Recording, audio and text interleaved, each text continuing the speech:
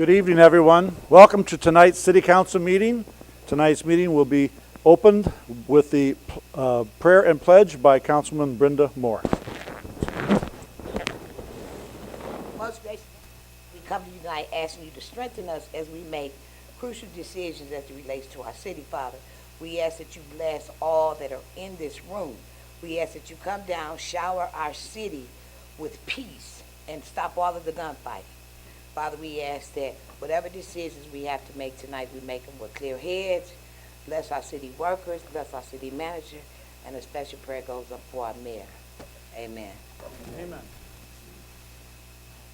Allegiance to the flag of the United States of America and to the republic for which it stands, one nation, under God, indivisible, with liberty and justice for all. Please be seated.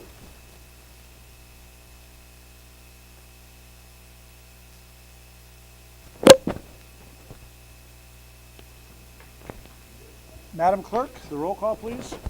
Thank you. Councilmember Millen. Councilmember Tibbs. Councilmember Bench.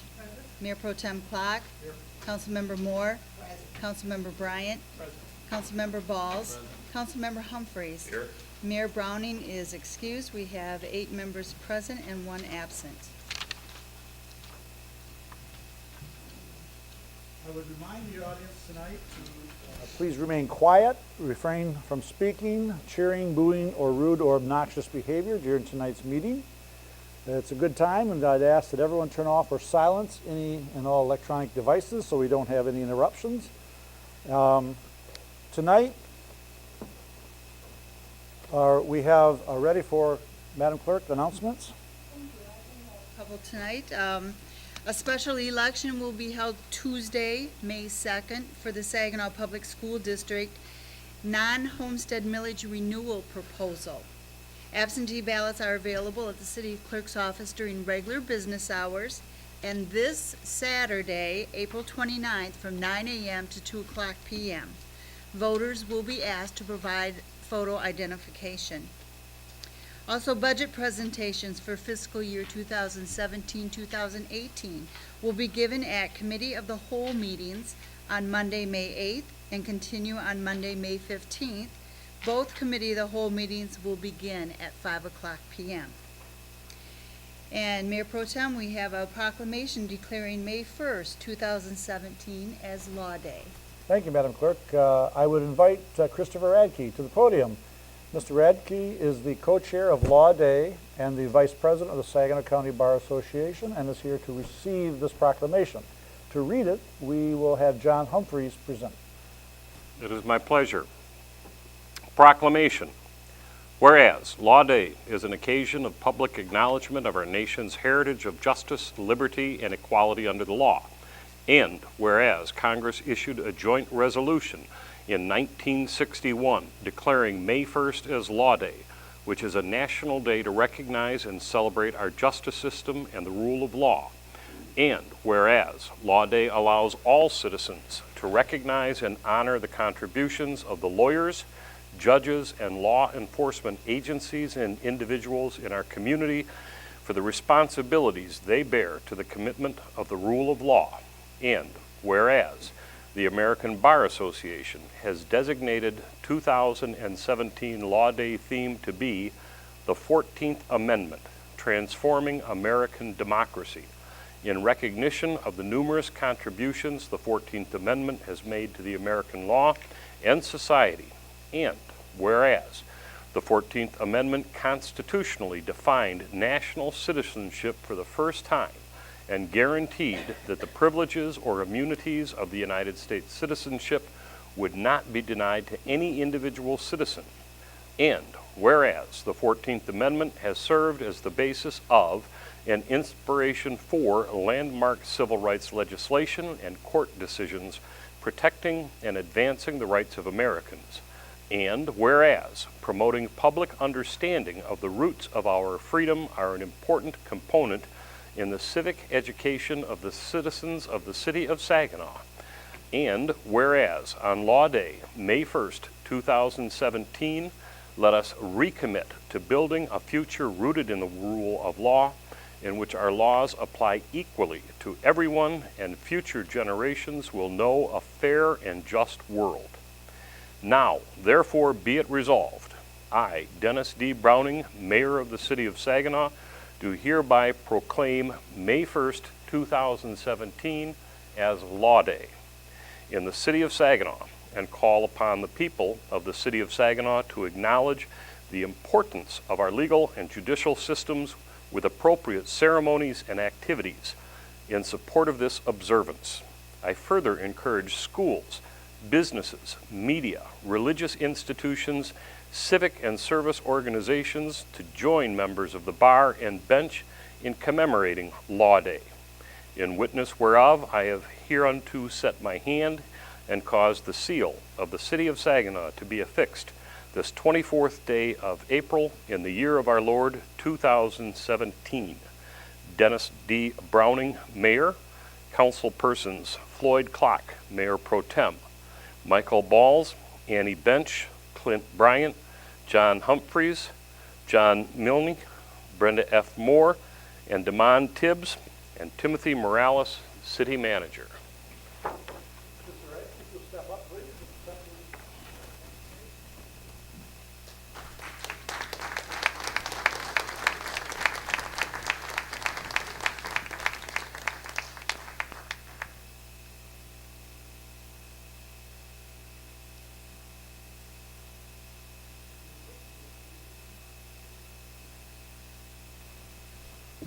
On behalf of the Saginaw County Bar Association, all of those who participated in the High School Law Day this year, as well as all of those involved in the administration of justice through the rule of law here in the City of Saginaw, we'd like to express our gratitude to all of you City Council members and to the City of Saginaw for your continuing support of Law Day as it's celebrated each year on May 1st.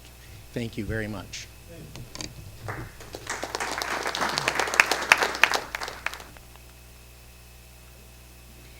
Your next order of business is personal appearances. As we begin tonight's business with personal appearances, we welcome everyone's thoughts and input, everyone who's going to be speaking today. If you come to the podium, please introduce yourself, state your home address as well. To be helpful, let us know if you will be speaking solely or on behalf of a group. All speakers will have a 3-minute limit, which is timed by the clerk, so be sure to cover your main points. Hearing from the citizens we represent is very important to us. We ask that you speak slowly and clearly so we don't miss what you have to say. Finally, since you are speaking as a representative of all our citizens, we ask you to be courteous and respectful to the members of the public present, to the citizens watching on SGTV, and to this council so we can give serious consideration to your concerns. All follow-ups will be referred to the city staff. Thank you. Madam Clerk, the first one. Our first speaker is Dan Alcorta. Good evening, everyone. Yes, my name is Dan Alcorta. I live at 617 Superior here in the city of Saginaw, and I speak on the behalf of my neighbors as well. And I would just like to bring attention to the fact that litter is spread every Sunday by MI Live, and it's making a mess of the neighborhood, and it's my understanding that nothing could be done from it. And the neighborhood's looking pretty bad, and we were wondering why it hasn't I'm talking about the little bags with the paper inside of it that seem to be everywhere in the city. Why isn't that declared litter? I mean, when the scenic cars go by and they cite us for any infraction, we comply and cut our grass and, clean our gutters, but yet they're literally driving over the papers. And I left some photographs with the clerk. I'd really like you to look at it and really think about this hard, because some of us still care how our neighborhood looks, and these guys are getting away with murder. And I know John Stemple's been taking a lot of, complaints and that, and I really think it needs to be addressed, and I hope you can do something about it. And I urge you to really look at those pictures. That's just around one city block. I see those papers everywhere. and it really needs to be addressed. And thank you for listening. Carter.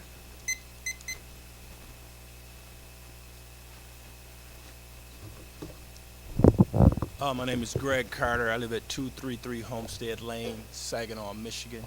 Mayor Pro Tem, esteemed council, Mr. Manager, Madam Clerk, good evening. I'm the chairperson for Miles for Memory 5K Fun Run Walk for Alzheimer's. We are in our 4th year of this event, and I'm happy to say we've raised over $11,500 to donate to the cause of fighting Alzheimer's. I'm here today to personally extend an invitation to the council, city staff, and all those present. I think it's important that our city leaders get behind such causes because, as we all know, this disease has devastated and continues to devastate many individuals in our community, country, and across the world. I have brought with me today some registration brochures as well as some flyers, and I'd like to give those to the clerk, and she can distribute those to you guys as well as members of your staff here in the City Hall. The cost of this event is $20 per individual and $100 for a team of 7.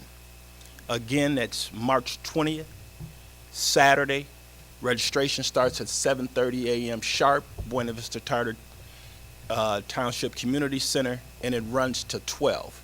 We have 2 courses, one less challenging for those of you who don't want to tackle that hill out at the community center, which I'm sure a lot of you know of. And if you don't choose to walk in or run, just your presence, I think, speaks volumes for the care and concern that we can show individuals that are suffering from this disease and the individuals that are caring for these individuals that are suffering from this disease.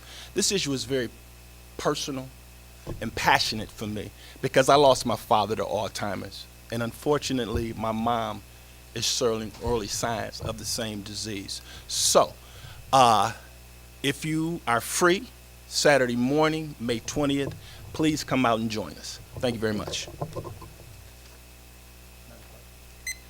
Thank you.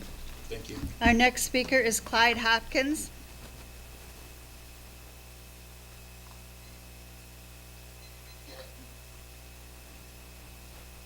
Good afternoon. My name is Clyde Hopkins. I reside at 3212 Parkwood Avenue, Saginaw, Michigan. Born and raised here. What I'm complaining about, or want to get a point across, parking ordinance for commercial vehicles. About 2 buses supposed to be in the area after the end of the day. Kinder care bus. And I have photos here where the bus is being parked on the grass, on the street. It's an eyesore. Like other people come and say we want our neighborhood to look nice.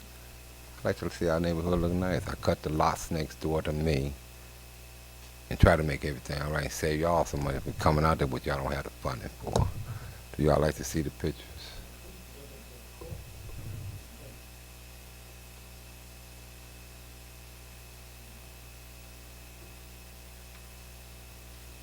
That's basically it. I just want to know, do we have an ordinance for commercial vehicles being in the parking lot after a certain hour? Not all nights, using it for 7 days a week.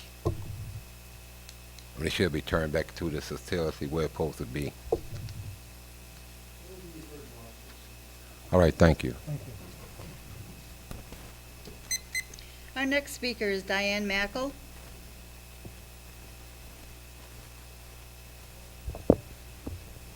Good evening, Mayor Pro Tem, City Council, City Manager, and City Attorney.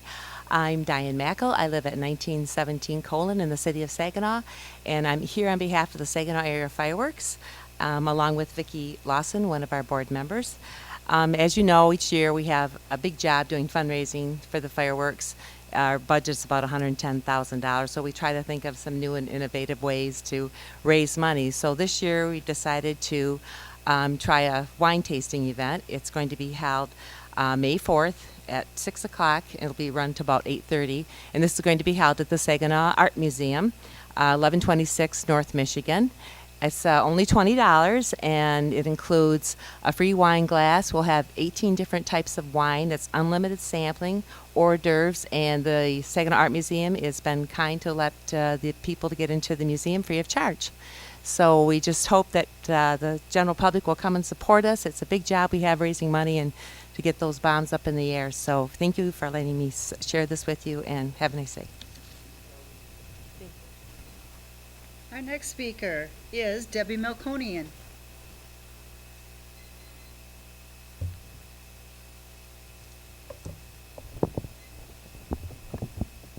Excuse me. Good evening, everyone.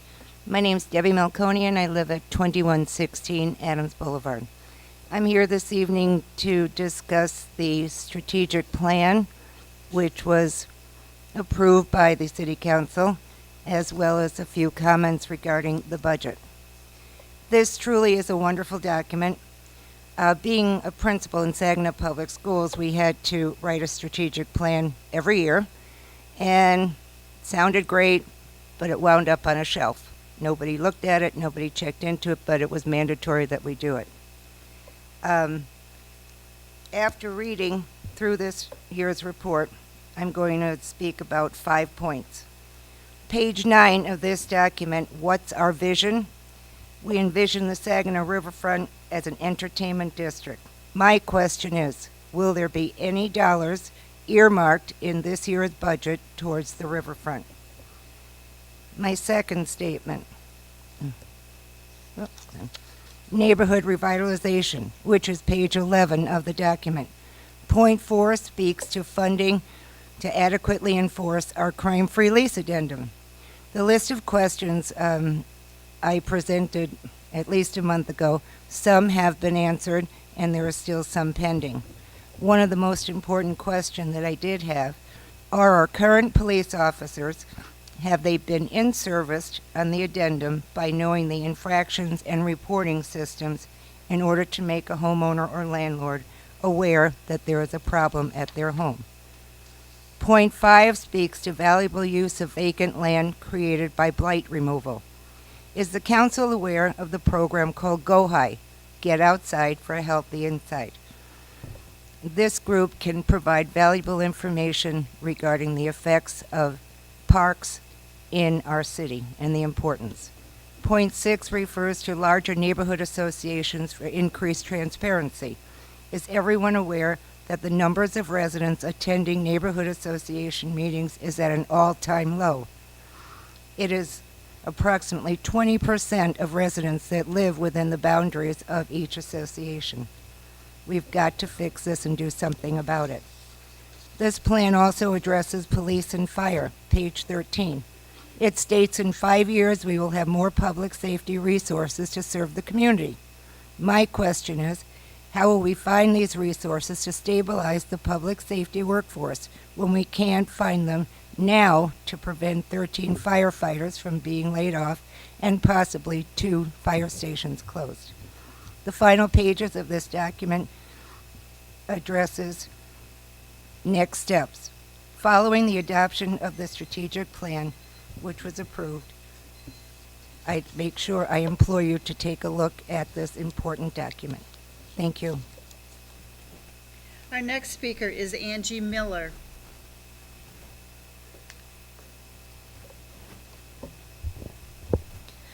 Good evening. My name is Angie Miller. I'm the president of the Mid-Michigan Area Labor Council with an office at 1614 Mershon in Saginaw.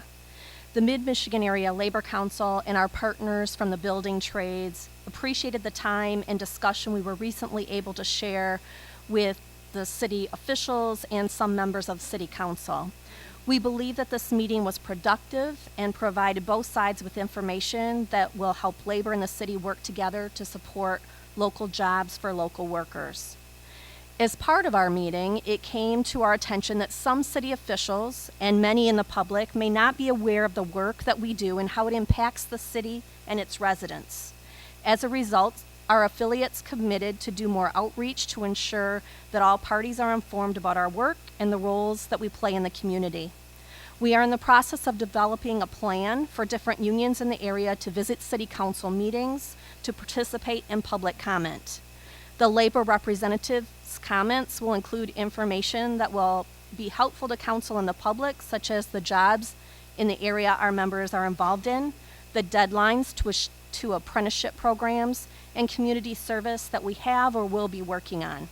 It's our hope that this information sharing opportunity will help to keep the council and public informed on the work we do and how they can join our ranks to work and help grow, support, and improve Saginaw.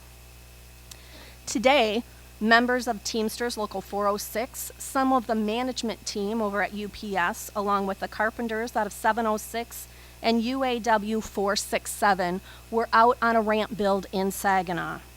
This individual was unable to get in and out of their home, and they helped put that ramp up for them.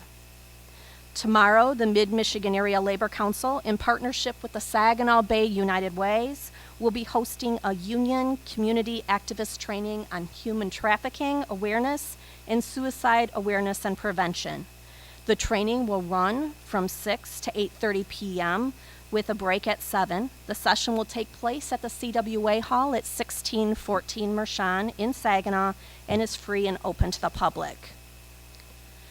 On April 28th, it's Workers' Memorial Day. Any one of us could be one of the 134 people in Michigan who are killed on the job, or one of over 109,000 people injured. None of us wants that for ourselves, our loved ones, or our colleagues. So I welcome you to join us on Friday at 3:30 at Veterans Plaza in Hoyt Park as we remember those workers who have died on the job, acknowledge the grievous suffering experienced by families and communities, and recommit ourselves to the fight for safe and healthful workplaces for workers. We hope to see you there. On behalf of organized labor, I'd like to thank you for your time. Thank you. Our next speaker is Christine Mall.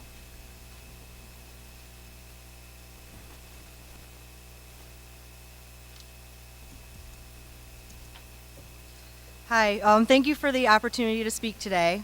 My name is Christine Mall. I live at 3540 Wallingford Way, and I'm here today on behalf of the Mid-Michigan Progressive Democrats. I was here several weeks ago to introduce the group. We're a coalition of progressives in Saginaw, Midland, and Bay. And tonight I'm here to ask for your consideration on a resolution. It's called the City of Saginaw Immigration Resolution, and I'll read it now. Whereas the United States was founded as a refuge for those fleeing religious and political persecution, whereas the positive effects of immigration can be best fostered by an adaptable immigration system, whereas immigration reform is in the collective and individual best interest of the communities and their constituents, whereas the City of Saginaw is home to many international students, employees, and employers, whereas the City of Saginaw, with its diverse constituency, is a stronger, more prosperous place because of our immigrant and refugee history, and whereas immigrants and refugees bring social, cultural, and economic benefits to the City of Saginaw, now therefore be it resolved that the City of Saginaw will be a welcoming city for all, resolved that the City of Saginaw will promote policies and programs that foster inclusion for all and serve its residents regardless of their immigration or refugee status, and resolved that the City of Saginaw calls on Congress to immediately move forward with thoughtful and comprehensive immigration legislation that grows the national and local economies while respecting all residents and families. A similar resolution was presented to the Bay City Commission, and it did pass 7-1, and I hope that you will take it into consideration here. Saginaw is stronger because of our diversity, and I think that this is necessary to reaffirm those values. And lastly, I just want to recognize the people that did come here today to support this resolution. And if you're comfortable, please raise your hand. And thank you again for allowing me to speak. Next speaker is Michael Kiefer. Good evening. My name is Michael Kiefer, and I reside at 6876 Vista Drive. Thank you for this opportunity to speak in support of the Mid-Michigan Progressive Democrats' proposed resolution calling for the city of Saginaw to be recognized as a welcoming city. There is so much hateful rhetoric from national policies toward immigrants and refugees that has put many in our local communities on edge. This proposed resolution is a reaffirmation that all people have value in the city of Saginaw. And we agree that immigrants should take legal paths into this country, but we can also feel empathy for individuals who are caught in terrible situations politically and economically and seek a better life for themselves and their families. The proposed resolution fits in with the ethnically diverse character of the city of Saginaw. It is a statement of the city's welcoming attitude to people of all cultures. The proposed resolution says good people are welcomed here and that all people should feel safe in our community regardless of their native country. A few facts to consider. The city of Saginaw currently has 864 individuals, just under 2% of its population, who were born in another country.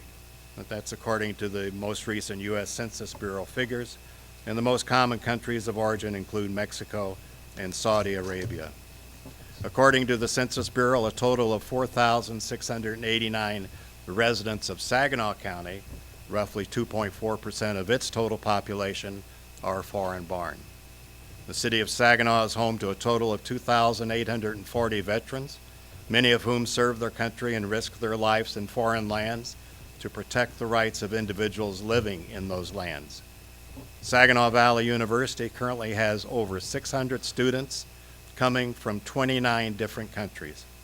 That does not include the large number of non-native born faculty, researchers, and staff at both SVSU and Delta College. Putting numbers and percentages aside, protecting the rights and dignity of even one person is a responsibility we all share. Thank you. Our next speaker is Jacqueline Doig. Thank you. Good evening, Mayor Pro Tem and members of the council. My name is Jackie Doig. I live at 785 Kenton Drive. I have lived, worked, and played in Saginaw over the past 30 years. I'm here tonight on an individual basis, but my comments are informed by my work at the Center for Civil Justice, where I represented low-income residents of the city and the surrounding area, regardless of their citizenship or their immigration status. I feel fortunate to be able to spend a great deal of my time in this city, doing things like exercising at the Y, bicycling on the Riverwalk, attending events at the Temple and the Dow Center, and enjoying the bistros and restaurants downtown. But what makes this city most special is the diversity here, including the diversity of age, race, religion, and national origin. I'm pleased to be here tonight in support of the Welcoming City Resolution because immigrants and refugees are contributing members of our community and are equally deserving of civil and human rights. Immigrants and refugees contribute to our local economy as taxpayers, as consumers, and as entrepreneurs. And tonight I want to encourage the council not only to pass the Welcoming City Resolution, but also to join the Welcoming Cities program. The Welcoming Cities program provides support, resources, and connections to help members of that program create a welcoming environment for immigrants and refugees in their communities. The program already includes more than a dozen Michigan communities that have passed welcoming resolutions and are making immigrants and refugees welcome in their cities and counties.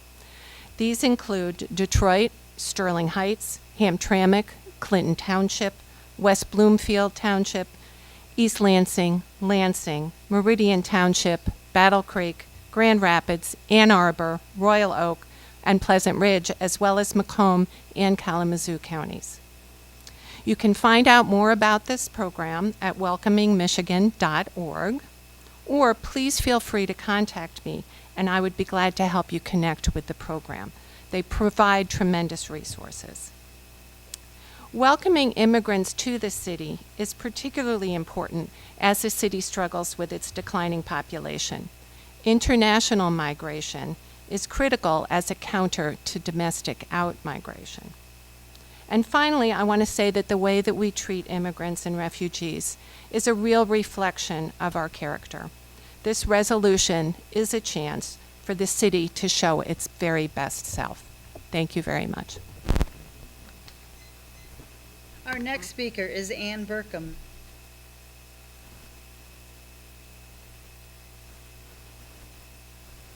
Good evening. My name is Ann Burkham, and I live at 2523 North Oakley.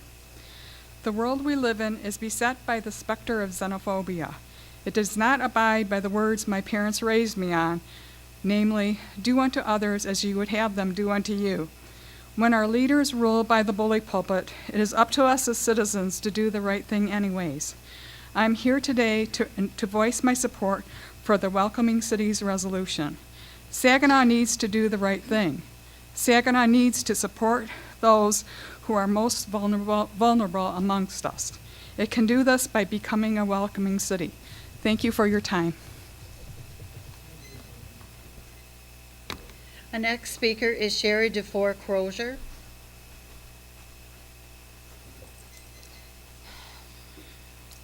Hello, my name is Sherry DeFore Crozier. I live at 2715 Witter Street here in the city. And it looks like I'm going to be unpopular with this because I'm against the welcoming city. And I'll tell you why. I listened to those comments with patience. But I have to tell you, our city is crime-ridden right now. And we all know that. In fact, a young man that I know the other day, named Ryan, was murdered in his own driveway by a drive-by. Not good. I don't think we need to add more to the mix. I don't think we need to say, come here, to every single person who is illegal in our country. And that's what a welcoming city does. And I'm afraid there are gangs out there like MS-13, which we don't know right now, that could be responsible for this young man's murder. And you know as well as I do, we have our own citizens struggling every day to make a living, to make a future for themselves and their children. Do we really need to add more to it? And also we have the whole issue, it's nationally known right now, drugs are flooding from South America into our country. And heroin. I actually work for a group that actually deals with this, by the way, kind of individually. Well, I can't really say what I work for, but we're contracted. And that's one of the things I tell people, is heroin is flooding our state right now. And don't let you think for 1 minute that this is normal. But not to mention, we have our own citizens we have to put first. They are who voted you in. They are who care about this city. They are who's going to be here when long after everything else is gone. And people will argue with you that we're separating families, that they're the ones that work our fields. Well, I have a niece, 2 nieces, they're twins, and my sister who work the fields. They're citizens, okay? So it isn't that we need to have these people. It's an option for you right now to show that you care about your citizens and where our future is going. That's number one. And I will tell you, I've held the Stolen Lives quilt in my hand. Please, if you don't know what it is, look it up. It's American citizens killed by people here illegally. And I've held that all over our state. And I will also tell you that my grandchildren go to the city schools, and they've had to go without lunch because their schools are saying they have too many students in their schools. Too many students? Where are they coming from? That's all I really want to tell you, is to really, really seriously take this to heart and think about your citizens first, please. And by the way, I'm the leader of a group called Overpasses for America here in Michigan. We have over 1,400 members, and you better believe every time there's one of these meetings, we try our hardest. But we're up against some pretty powerful people that actually have money to build the signs.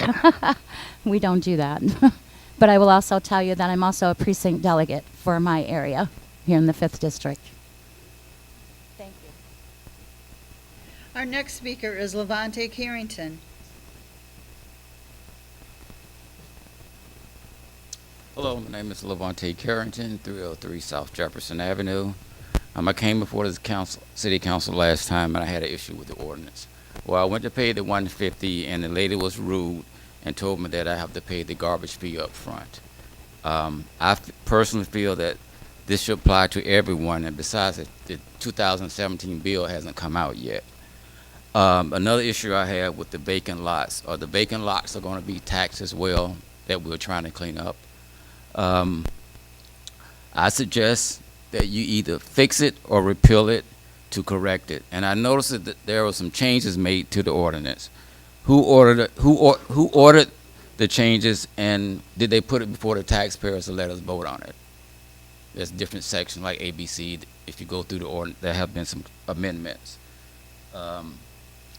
Another issue I have with the city water, and I may be incorrect, and if so, I stand corrected.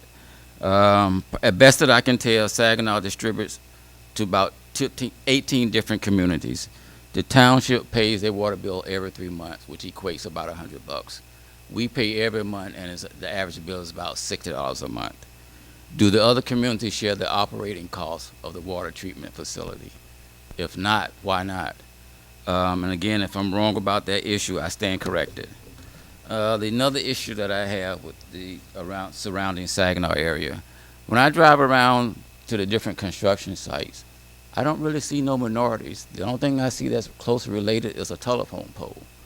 Why is that? I mean, do we not have minorities in plumbers, electrician, general labor? I mean, we did have Bragg Demo, but he's no longer in business. So why don't, since you guys like to pass the ordinance, or some people like to come up with the ordinance, why don't you pass the ordinance that apply to everyone, that requires that if you do business with the city of Saginaw, you have a diversified staff? And next, if the city council appreciate the city, join me and cut and clean 12 vacant lots with your own time and money. How about help putting the foreclosure properties back on the tax base? I go out of my way with the county to try to find people who want to buy these houses, and you can verify that with Tom Miller or Susan Seibel. My roommate also does the same thing. You know, it's been said that blacks are lazy. If you question and check most people who are not African American or Hispanics or minorities, why don't you check their drugs, see if they have drugs? I guarantee you'll find that somebody's doing crack, meth, or cocaine. Thank you for your time. All right. Our next speaker is Alberto Jimenez.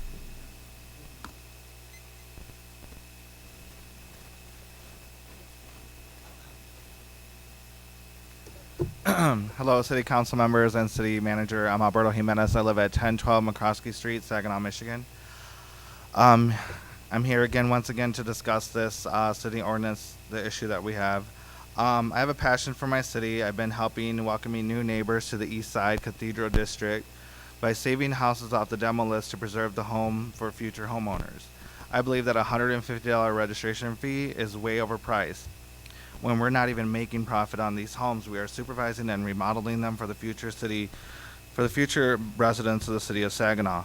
While a Saginaw County landlord pays $50 a year for each property he or she rents and makes money off of each house.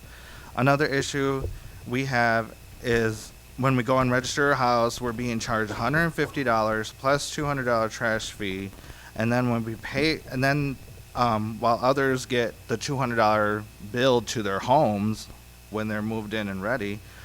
I would just it would be awesome if you guys could just maybe send the bill after the president is moved in. Thank you for your time, and I hope the ordinance gets amended soon. Thank you. Speaker is Christina Chingman.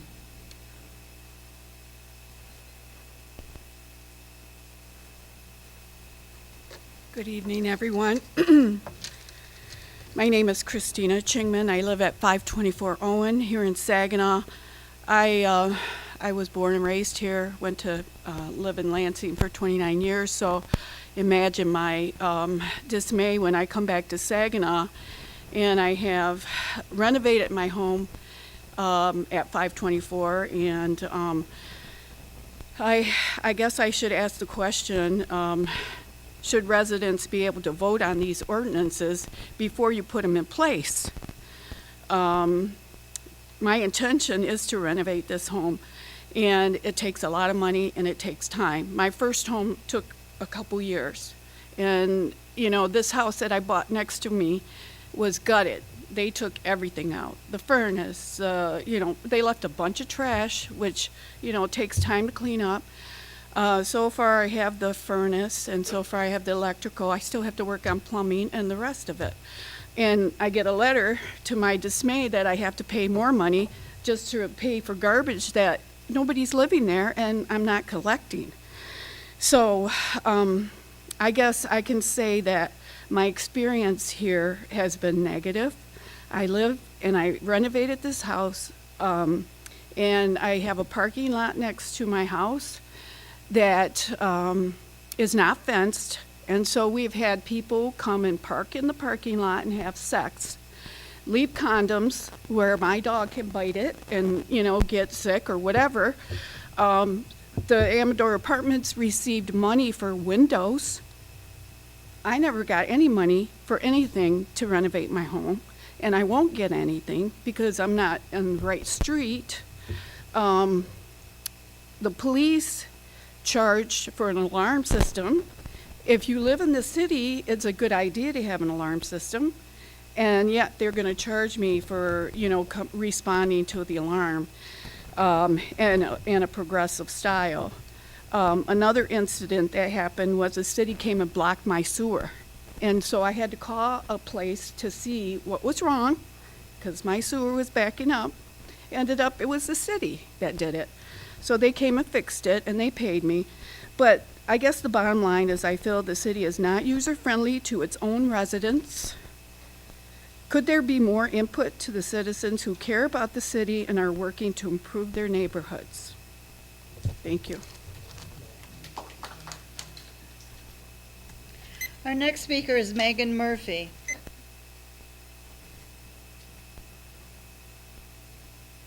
Megan Murphy. Go to Trevor Mahadeo. Trevor Mahadeo. Okay. Mayor Pro Tem, that takes us to remarks of council. Thank you, Madam Clerk. I would remind council members that there's a 5-minute time limit for each person's comments, and we would begin tonight with Councilman Humphreys. Good evening, everyone. To Mr. Alcorta, that's one of my personal bugaboos too. I really, really am annoyed with the distribution of the information that the MLive organization claims they're doing with the newspapers that get littered about the community. Unfortunately, as I understand it, there has been litigation in other cities over this very same issue, and the other cities have not been successful with that litigation. I think it kind of fits with the old adage that you don't pick a battle with people that buy ink by the barrel. In my opinion, the only reason that paper hits the lawns and the sidewalks and the streets and the driveways is so that the Saginaw News can sell advertising. And perhaps the best approach to the entire matter would be a boycott of those individuals who are advertising in that circular that ends up all over the place. That said, I find sometimes the easiest thing to do is simply pick up the papers as they are left strewn about my street and my neighborhood. Hopefully we can look into it, and truly it would be wonderful if something could be done about it. To me, it's a waste. I don't even believe the grand majority of those newspapers get recycled. On the welcoming resolution, there are many who have heard me get up on my little soapbox and talk about how I would like to see Saginaw embrace its diversity, make it part of our mantra, part of our motto, part of everything that we do in this community.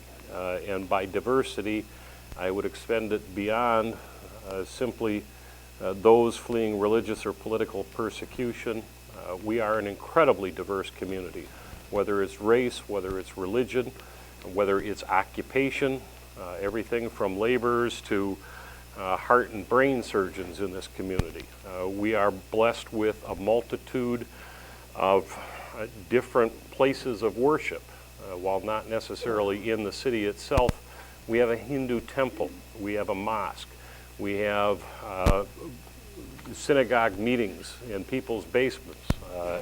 And I don't know if anybody could actually count the number of Christian churches out and about in this community. We were formed by an incredibly diverse group. We continue to be an incredibly diverse community. I would love to see the city embrace diversity in all its forms and recognize it and support it in whatever way we reasonably can. I am sure that because we are a legislative body, we will probably receive this resolution and think on it, cogitate about what it says, and perhaps see if there isn't a way we could say it better, different. But I do think that we need, as a community, to celebrate the incredible diversity that we have. As far as promoting diversity within the community itself, I know that finding minorities to work in the construction field, in the trades, the skilled trade fields, is a mission of any number of different organizations. Jimmy Green was instrumental in the creation of the Greater Michigan Construction Academy. And I was pleased to hear on how that group in Midland, at least the Midland group, is working with Habitat for Humanity on a residence in Midland. I know that we have a GMCA group that meets at the former Plainfield Elementary School and will be perhaps graduating a class in the very near future. There are efforts underway to meet an extremely significant need in skilled trades in this area. And so if you know of people that are interested, there are ways to find the training, the background, the experience, and the work, because the contractors are looking for people. That said, I think I will pass now.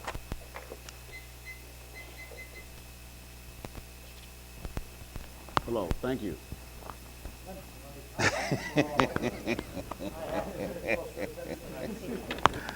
Good evening, citizens. I'd like to thank everybody for coming to the City Council meeting this evening. I hope that everybody that spoke, I'm sure the City Manager's office will get back with you on your concerns. I understand about people parking in vehicles all over the place in the city of Saginaw, and I hope that they definitely do something more.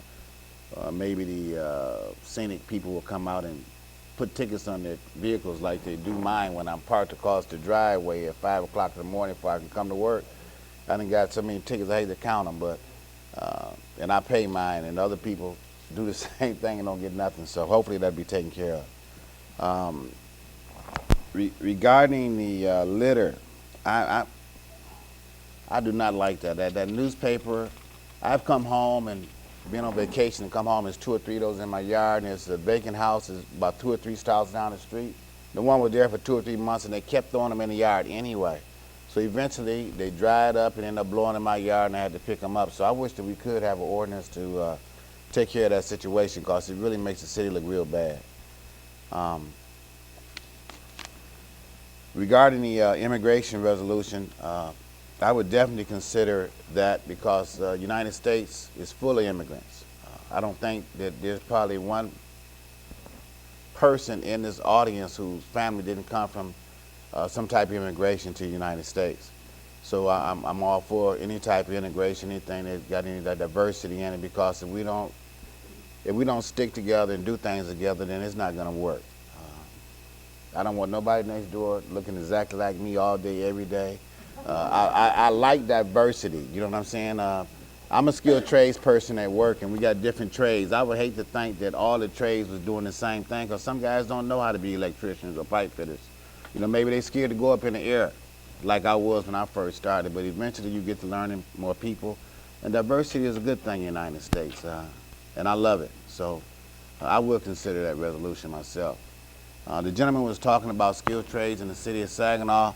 I agree with you 100%, man. We do need more trades in the city of Saginaw. I know some other groups is working on doing some pre-apprenticeship training, and I don't think that group is going to be, don't want to be non-union. We want to be pro-union all the way because union pay good wages.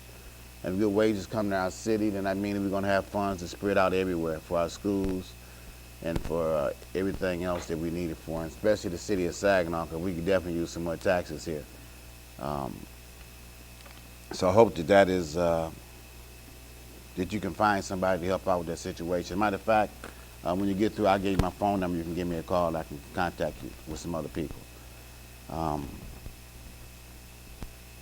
Other than that, I don't think I have any other comments. Thank you very much. Thank you. All right, thank you, Mr. Mayor Pro Tem. Good evening, and everybody, welcome. Thank you so much for joining us here tonight.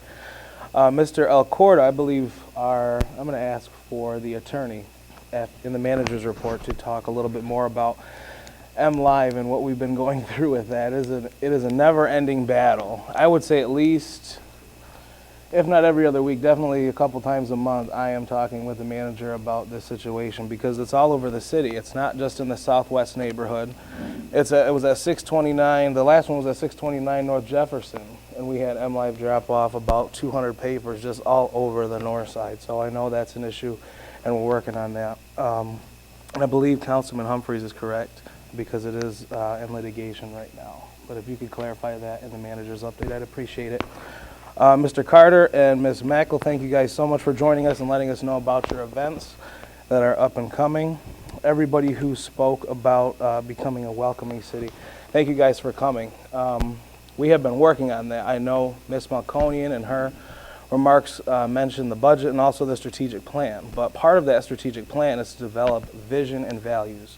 And myself, a couple weeks ago, John Humphreys, myself, and Councilwoman Moore, the mayor, and the manager, we all sat down to talk about, I think really essentially some of the language that you guys are already using about becoming a welcoming city, letting everybody know that Saginaw, like it or not, whether you're for it or against it, Saginaw, what makes us great is diversity. This summer we had the privilege of welcoming our sister city. We were given a crash course in diversity, but that is really what makes us great. That's part of the fabric of our community, and we want to not only incorporate it in a resolution, but really make that part of the vision and value statement for the city of Saginaw, so we are working on that.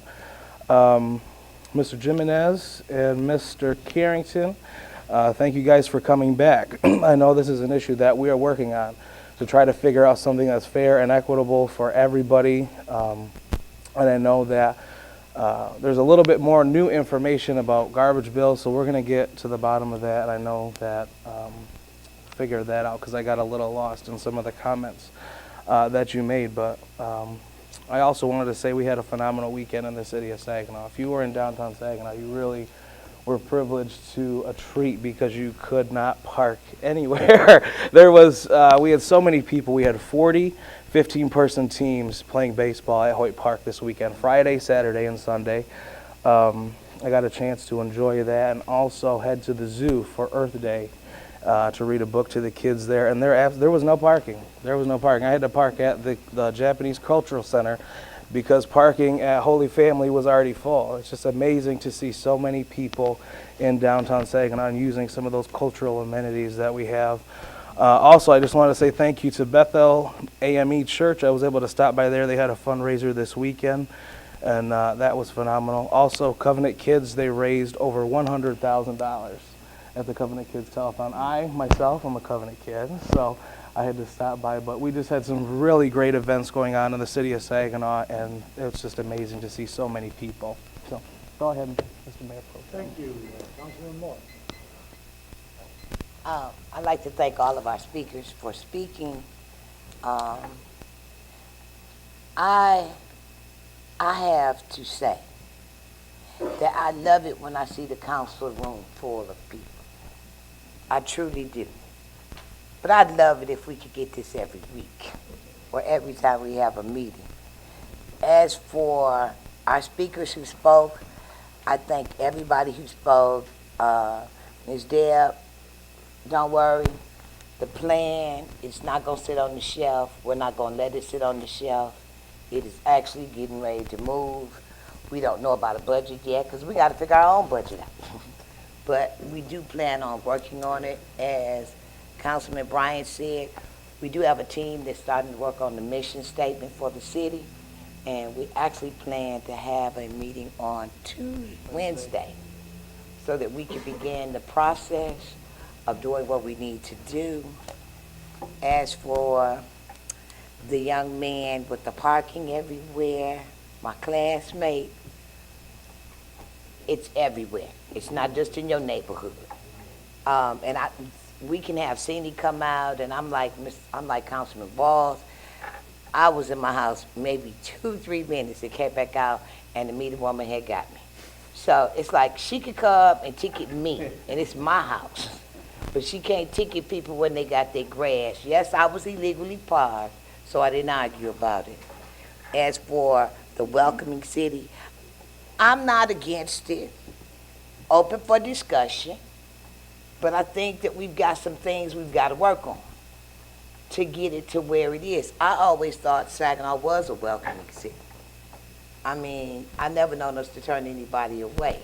So I'm learning more and more about it. For my non-occupancies, and I've had this discussion about the lots myself, so I know what you're talking about. I hope that we can, as a council, take another look at that ordinance and see how we can fine-tooth it. We may be able to tweak it. The question was asked, are citizens involved? My understanding is that citizens were involved in this ordinance. Maybe I'm wrong. But if I am wrong, I stand corrected. We don't want to do anything that's going to put Saginaw on the outs. We have too much going on right now. The weekend, I spent my weekend. I didn't go to the zoo because I knew that most of the council people would be there. I went to Best Memorial Park. Saginaw Community Action Center, along with Patricia Bullware, her group, we actually cleaned up Best Memorial Park. We painted the post, we painted the ground. We are looking at doing some things in the park in the neighborhood. I also got out and walked for the vote. I'm a big advocate on trying to make it work. So I got out and I walked with the school district this weekend, along with going to Arthur Eddy, sweeping up again. So please don't think that we just took these positions. I think all of us are busy trying to make our city better. But we can make it even better if we can get some help. I love it. Like I said, I love it when I look out and the audience is full. But can we get you to come when there's not a problem? My union brothers and sisters, I know that you are working on stuff in the city. You're building ramps in areas. People are actually getting stuff done. My hat goes off to you. We did have a meeting, and we are talking about some groups that wanted to start some apprenticeship program. I'm excited that the union is starting to come. I'm excited that they're going to get up in the meetings and tell us what they have to offer for the city. Diversity is really high, but you can't ask a non-skilled person to do skilled work. You just can't do it. I know my limitations. I know what I can do, and I know what I can't do. So I just know in my heart of hearts that the unions and other people are going to start stepping up to help people. You want a welcoming city, let's welcome our own first. And once we do that, we're there. We're already there. Because everybody in this room welcomes each other as you come in, you greet. So when I think about a welcoming city, I think about Saginaw.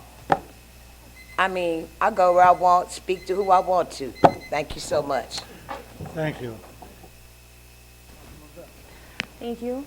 Good evening. It's nice to have everyone here tonight for so many different reasons. It's hard to know where to start exactly, but I don't want to repeat everything everyone said, but I do concur with my colleagues with the frustration that Mr. Alcorta and Mr. Hopkins are confronting. I believe we have heard from many people regarding MLive, and we are working towards addressing the issue. And I know we're commercial vehicles are subject to the same driving and parking ordinances, and maybe then some, dependent upon height and weight in residential cities that they could be on. So I'm sure that if we can catch them, there might be some way to deter them, and I hope they can do that for you.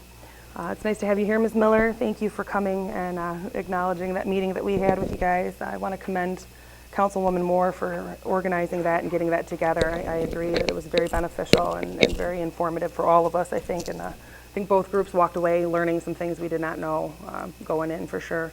So I think that's a very valuable relationship for us to continue to cultivate. I tend to agree. Well, I agree with Ms. Moore. I think Saginaw is a welcoming city. I think it's a welcoming city because it's obvious that we have the kind of diversity you have in a place that is welcoming. But I also think that it's important when you have such concern amongst, and justified concern as far as I'm aware. When you have people within your community that are frightened for themselves or their loved ones, they need reassurance. And I think this resolution is in the right vein. I definitely want to review it with my colleagues and find something that all of us can have consensus around, or eliminate any issues or concerns that someone might have, and hopefully bring it back. But I appreciate Christine Mall and the Progressive Dems for their efforts on this. I know I was approached about it earlier regarding the sanctuary city, and I know there's some controversy attached to that. We want to make sure that we're not incurring the wrath of our president, but I think it's important with a community as diverse as ours that we assure our citizens that when they come to us as council members, we're not going to ask them where they came from or to prove that they're legally here before we address their issues. And we're going to try to pave your roads the best we can, and we're going to continue to give you clean water and provide all the services that a city provides. And that's the job we're in. We're not here to enforce, immigration law. We're here to, make sure your trash gets picked up, and make sure that your streets are swept, and things that we certainly struggle to do, but we're trying, to do those things. And I just think that it's something important that I hope we can follow up on at a future meeting.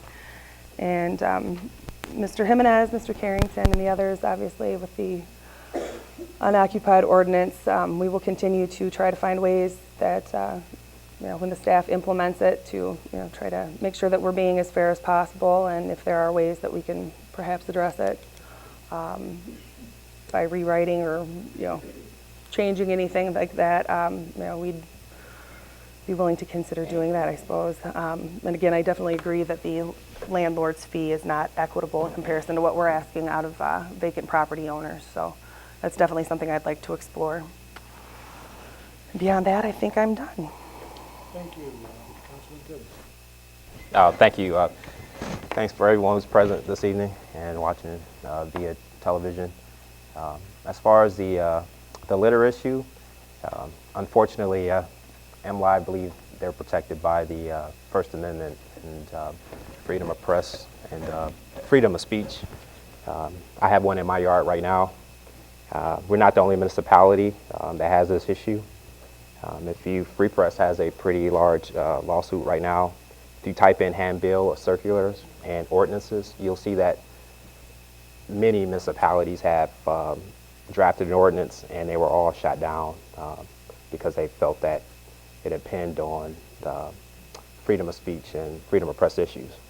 But that doesn't mean that we should roll over. I think that Councilman Humphreys is in the right direction. I don't know if boycott is the right way to go, but I believe we should try to organize and let businesses that do advertise in that circular or handbill, let them know how we feel as residents, how they're being advertised, and I'm sure that they would not be appreciative as to know that their businesses is being shared in such a light. So I'm all for some type of organized collective effort to inform businesses that we're not happy about this handbill, because other routes have been taken and shot down. As far as the immigration issue, I just wrote a few notes here. I guess we got to be careful what we're asking for. I guess I'm a little concerned about the rhetoric on both sides. Not all immigrants, legal or illegal, are criminals. And the fact that if we do not pass this proposed resolution, that does not make us not a welcoming city. We got to be practical about this issue. We're losing 13 firefighters due to budget constraints. And if you're going to either designate yourself a welcoming city or what you're really saying is a sanctuary city, you got to be careful of the repercussions. Attorney General Sessions has a list and developing a list, and he's threatened to cut off funding to municipalities who are designated as such. So if you believe you have an issue with crime now, or if you believe you have an issue with garbage collection, you have an issue with any services you think the city is not providing, this is what you're this is what you possibly are asking for, is further cuts to our city. And if you're willing to accept that possible ramification, then you just got to be informed about it. Now, you mentioned Lansing. Lansing is reconsidering its designation as a sanctuary city. I believe they're voting on it on Wednesday. I think possibly a good compromise would be maybe Lansing Mayor Bonero's executive order. He has some language where it was reviewed by some of his attorneys. I'd like for it to be reviewed by our attorneys, which kind of, I guess, resolved the issues on both sides, but we're hurting, and I don't understand why you want to,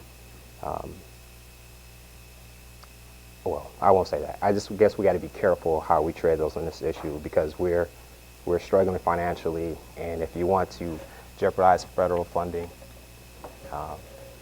for the proposed resolution, you just got to be careful what you ask for. And if you're a non-city resident and you're asking for this, you got to be careful of what you're asking city residents to look at.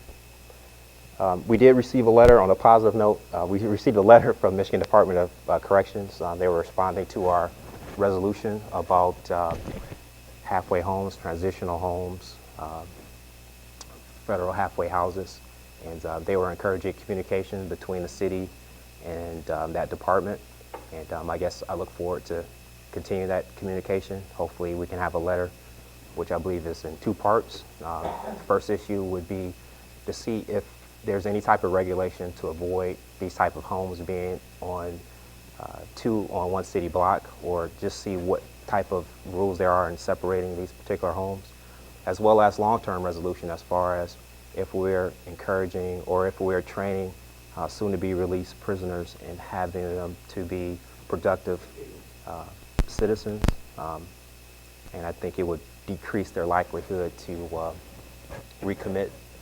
But if they're just sitting there, that doesn't help. So I guess I'm asking for some type of long-term solution to address that issue. Thank you. Thank you, Councilman. You, Mayor Pro Tem Clark. On an issue recently, Easter, I wanted to pass along some good news about the Easter egg hunt that the Westside Civic Association holds. This was a week ago last Saturday, and due to the efforts of Paul Barrera of Jake's Restaurant and other members of that association, they received a very significant donation from Sam's Club to help fund that. Sam's Club is not a resident in the city. They don't have an operation here, but they are part of what I like to refer to as Greater Saginaw, and they know where their customers and their supporters are. And this is an event that Westside Civic Association puts on every year, and it's made very successful by a combination of their members and generous donations from the community. So kudos to them on a very successful event. We saw both in the newspaper and TV media that there were quite a few people out there. On the fireworks, I wanted to mention something before we reach the end of income tax filing season. We as a municipality allow you to check off on the income tax form if you would like to donate to the fireworks. I have found the easiest way is to donate part of my refund, but it's not required to be part of a refund. And Saginaw also doesn't finish its income tax season until April 30th. So we have a week left to check off that box and donate to the fireworks. On the Welcoming Cities resolution, I want to thank all the speakers. And I feel that for a group as informed as they were about signing up to speak tonight, They were also probably familiar with how we handle resolutions, and we don't do it the same as Bay City. This resolution needs to pass through our clerk and our management, and will be looked at by our legal staff for how it might impact our city operations. So our next couple of meetings, due to the budget season being upon us, will almost exclusively be on budget issues. I would like to see this issue come back to us possibly in early June, just because we're going to have plenty to keep us busy for the next 2 meetings. We have extra committee of the whole meetings in May just to deal with budget issues. So I thank everyone for attending, but any actual action by this council will probably be somewhere down the road. And I'm going to keep my comments short tonight. Thank you. Thank you. And likewise, as fellow council said, good evening. Welcome, everyone. Thank you for being here. I really want to express my gratitude as well to all of those who were here today expressing your First Amendment rights. I agree with Councilman Moore. It'd be nice if there was more of this when there weren't issues and there was more people here saying, let me help. That would be very, very good. And all the councilpersons that have spoke tonight have had a chance to say a number of things that are really relevant and important. The budget issue just raised by Councilman Milne is right, is correct, important to remember. We have a focus that we've got to deal with the next few weeks that's going to take up a lot of time. As far as some of the other issues, they will be referred to management, and management will respond. So I urge you to give us some time to address those. The litter issue, that is a significant problem. Everyone's aware of it. I don't know if anyone's ever addressed it as a public nuisance. Maybe that's another approach that hasn't been tried and it could be looked at. Another possibility, there is such a thing as private nuisance that individuals can consider as a possibility. If it's a problem individually, you may want to look at whether or not you have a claim for private nuisance, which is a very different issue and might be something that could be done if enough people did address it as a private nuisance against the distributors of these, the litter, quite frankly. The welcoming city resolution, as Councilman Milne suggested, that will go to staff and it will take some time to look at. We are a diverse city. We are a welcoming city already. Whether or not we need another ordinance to say it or another resolution, we will look at that and come back in the future. The unoccupied property ordinance, again, several council members have addressed the fact that we are aware of some issues. We're looking at it in conjunction with the non-owner occupied, and some issues that have been raised there. Someone mentioned that that should go to a vote of the people. Well, the problem for that is you've elected your council members to make these decisions for you. That's what we have here, is a democratic process, and council has in the past passed these ordinances because there are serious problems that they address. Those problems that those ordinances address remain, and if we were to simply ignore those ordinances, those problems would come back. So they're there for a very good reason. Perhaps we need to address them a little closer with some tweaking. That's fine. We'll look at that. Staff will come back with some input to those who have individually complained as well as to council. For the fireworks, again, Ms. Mackel, thank you, and to Ms. Lawson, Mr. Morley, all of those who are so dedicated to the fireworks. They bring many thousands of people to our city. It's one of the highlights of our summer. If everybody who came, we said this countless times, if everybody who came to the fireworks were to donate $1, 100,000 people, you'd have every dollar you need. If half the people donated $2, you would have enough. The fireworks are worth a lot more than that to every single one of us, both from a public service point of view, from the mere joy of having the fireworks, even from the fact that as a business proposition, it's important to have them come here. So thank you to all you do. I urge all the councilpersons, I urge all those people both present today and listening on SGTV to support your fireworks. It's a form of buying local. If you can't buy local, then what are you doing here in Saginaw? So buy local, support your fireworks. The Mid-Michigan Area Council, Labor Council, thank you for your attention to some of the issues we've raised, and we agree that the cooperation between what you do and those and the council and the needs of our community are very important, and we want to continue working with you and your internships and other programs you have.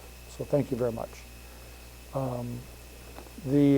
I noticed in our paperwork there's a National Day of Prayer promoted. No one was here to mention it, but I will. Thursday, May 4th, 12 noon, steps of City Hall.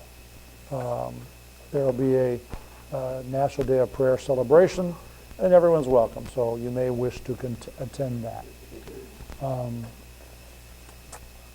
With that, I think I am through. Madam Clerk.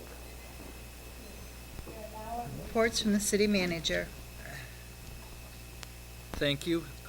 First, following up on a few items that were mentioned, there have been two issues really with the Saginaw newspapers, and one has been actual dumping of papers, which we have dealt with and done cleanup, and I believe cited the paper, at least given them a warning, a notice. So that is one of the issues. The second issue is the individual home delivery of those free papers. We've contacted MLive about the issue, and we were notified before that citizens can opt out of that. So there's a phone number. It's 989-671-1202, or email customercare@mlive.com, and you can stop that home delivery.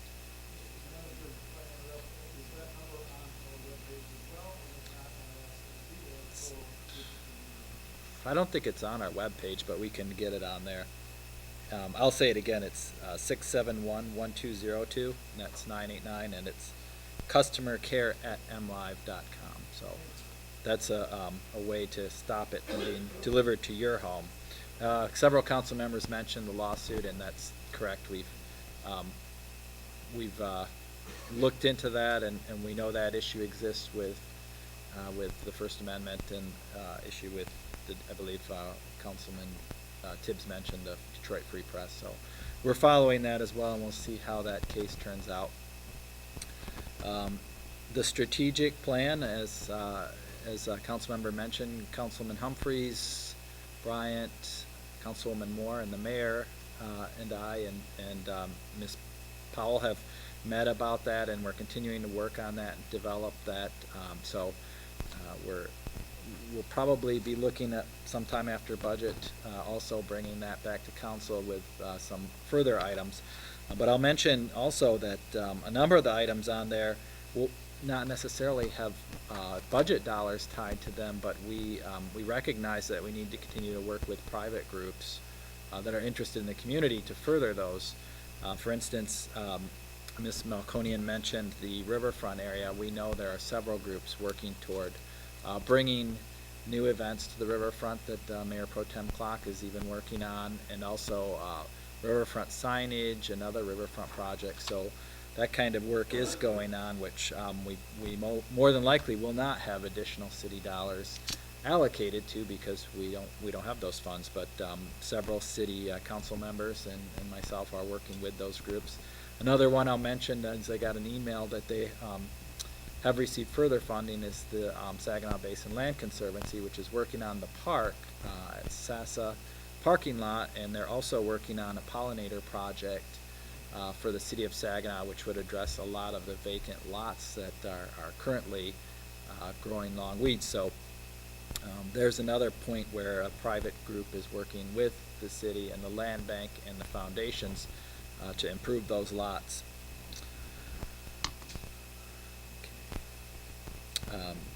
Going back to some set items, Thursday is Chief Ruth's citywide meeting. This week, it's this month's meeting is hosted by the Houghton Jones Association, and it's at the Kingdom Builders Ministries.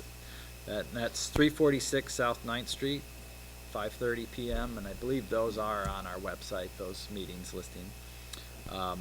The clerk mentioned the budget meeting schedule. We'll have a committee of the whole on May 8th prior to a regular council meeting, and then committee of the whole the next Monday, the 15th at 5 p.m., and then just our regular meeting on the 22nd of May.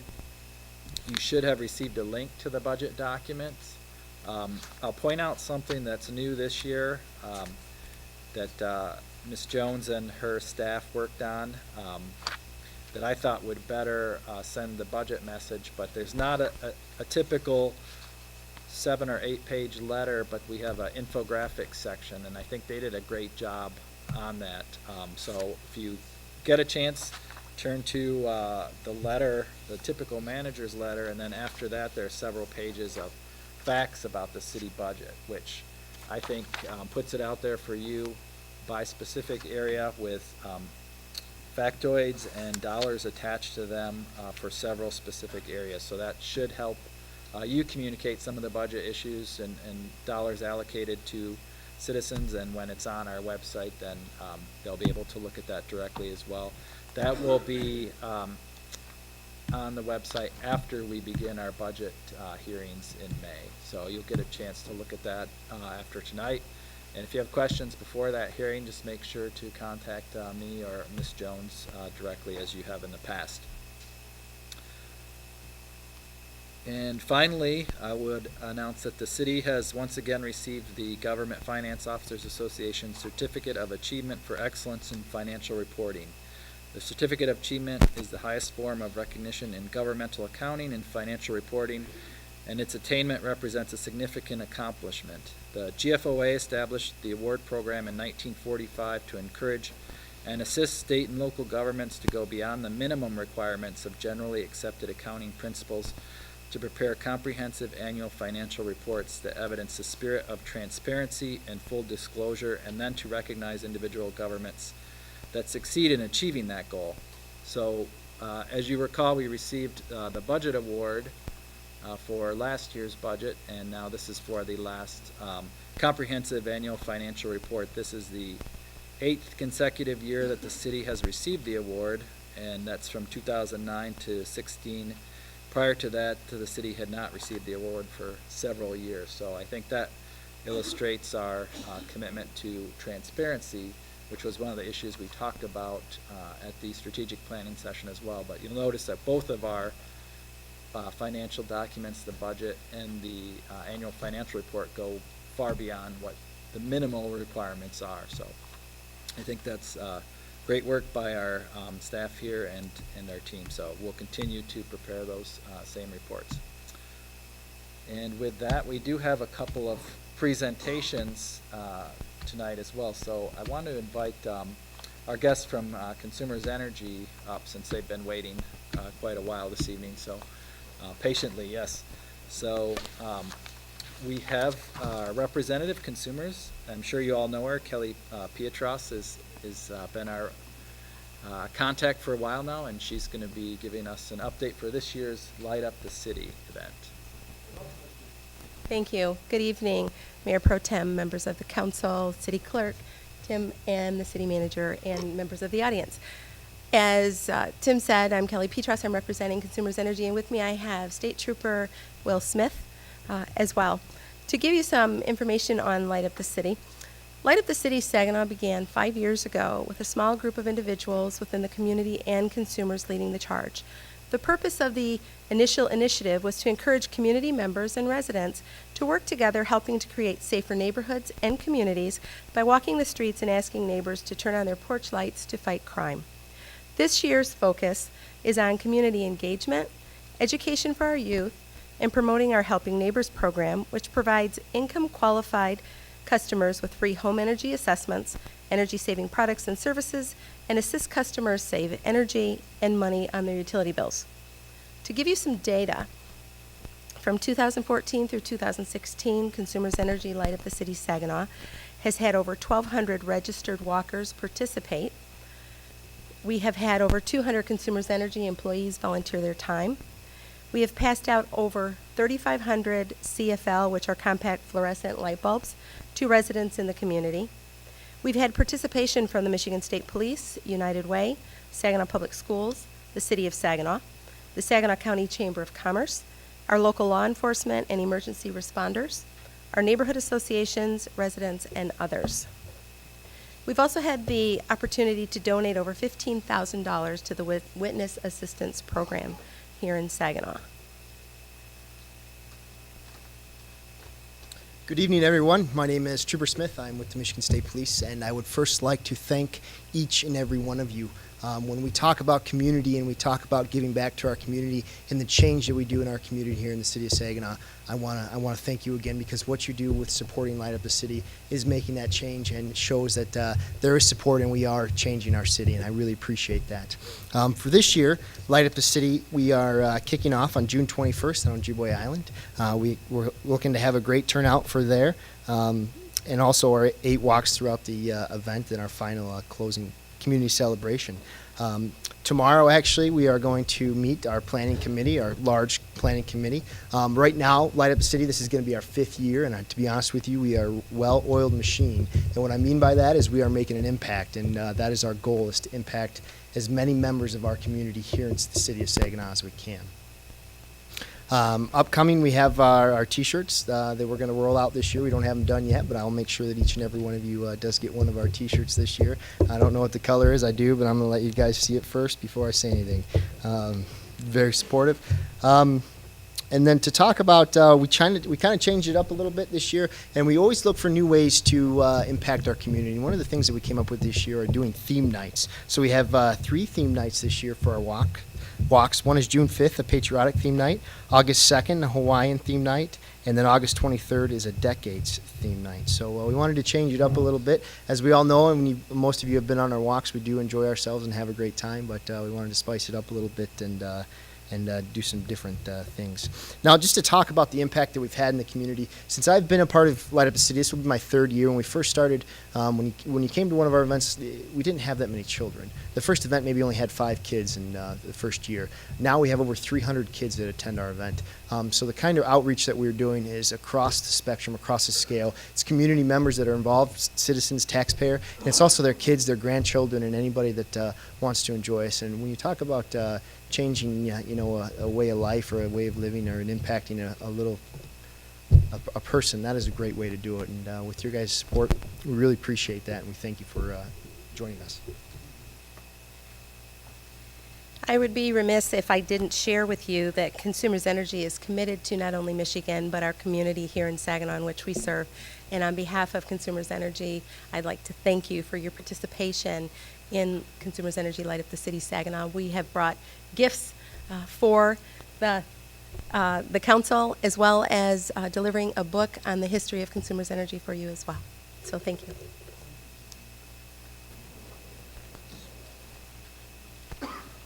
Thank you to Consumers and the State Police for continuing the Light Up the City event. And our second presentation, we have Beth London, our city engineer. And this is a presentation that council members requested a few years ago. I believe this is probably at least the 3rd year that Beth's been here to present an update on the road repairs that we've done and also what's upcoming in the next year. So it's kind of in line with the budget meetings that we have coming up too. So we'll turn it over to Beth, and I believe we sent out the presentation, so you should have a copy of that as well. Thank you. Thank you, Mayor Pro Tem and Council. I always love to come and talk about what we've done and also what we're going to do. Want to go, wrong way. Just over what we completed last summer, we were very busy last summer. It might be the busiest summer we've had since I've been here in 2012. We had, our first project we completed was North Mason. This was one of 2 federal road projects that we did do. Had a lot of underground work. The final cost was over $1 million, and we utilized $500,000 in federal road money on this project. Second project, South Warren, we also used federal road money on this project, $368,000. This had total reconstruct between Millard and Janes and new water main, then just a mill and resurface between Janes and Genesee.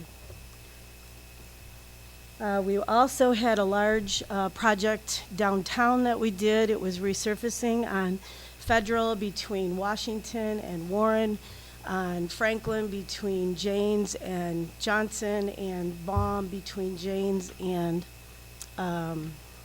East Genesee.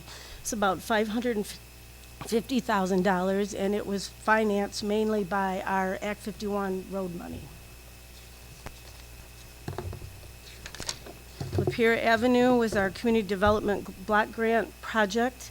We utilized $414,000 of block grant funds up on Lapeer. It was reconstructed between 11th and 16th Street with new water main. Between 16th Street and Betts Parkway and across the railroad tracks, it was just milled and resurfaced 2 inches. We spent $475,000 of water money on this project, and the third of the project was Act 51 money. We had a very large bridge rehabilitation project. We received about $1.1 million in state and federal bridge money to rehabilitate the Court Street, Holland Street, and Center Street Bridge.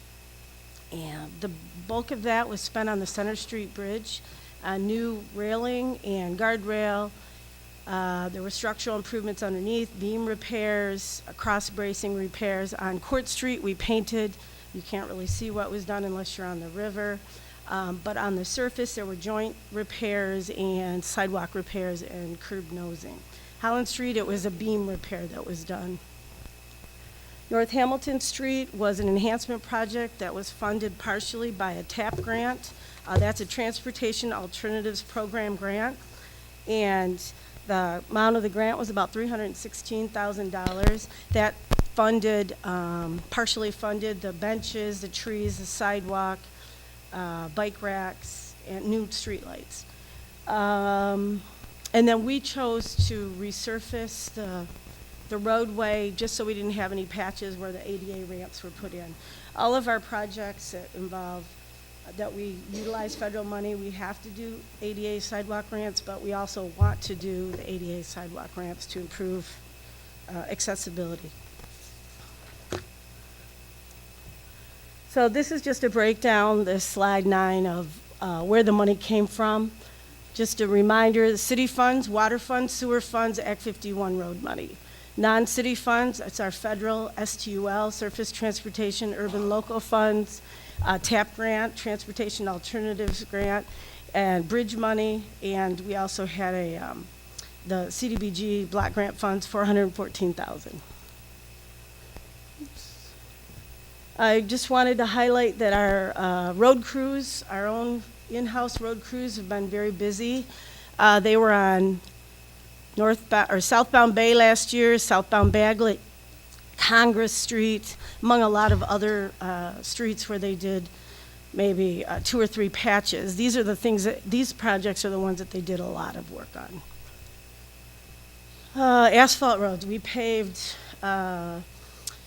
Alexander between Court and Mackinac. They also paved St. Paul and Douglas. And St. Paul had been closed because the road was caving in.